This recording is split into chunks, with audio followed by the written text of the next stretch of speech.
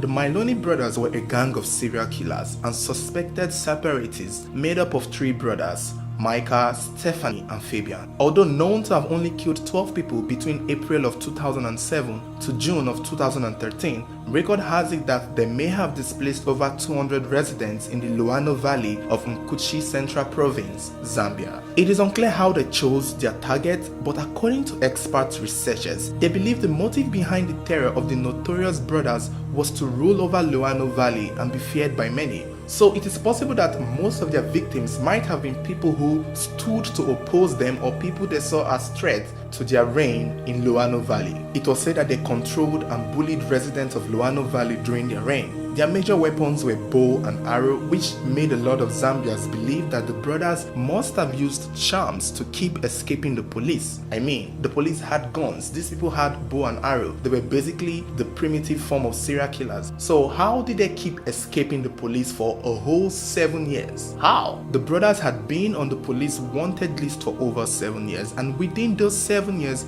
they continued terrorizing Luano and killing anyone who got in their way, and somehow they kept managing to escape the police. However, this is how they were killed. According to a source, it was said on June of 2013, three men asked a security personnel, Corporal Chapela, to escort them to a river to get raw materials, since they were all afraid to go alone, and so Chapela and the guys walked through a bush path, and just when they got to the shores of the swamp, they saw fresh footprints. Realizing someone else was around, they took into hiding, when upon they spotted a camp with smoke coming out of it. In their hiding, they saw two people come out of the camp. It was at this point that the three villagers told Chapela that those were the Mailoni brothers that the police had been looking for 7 years. Chapela needed to be sure, and so he asked them again, and they confirmed. Chapela moved closer to the camp and opened fire, killing two of the brothers instantly, and later he shot the last one, Micah, who, before he died, said to the villagers that they had sold them out.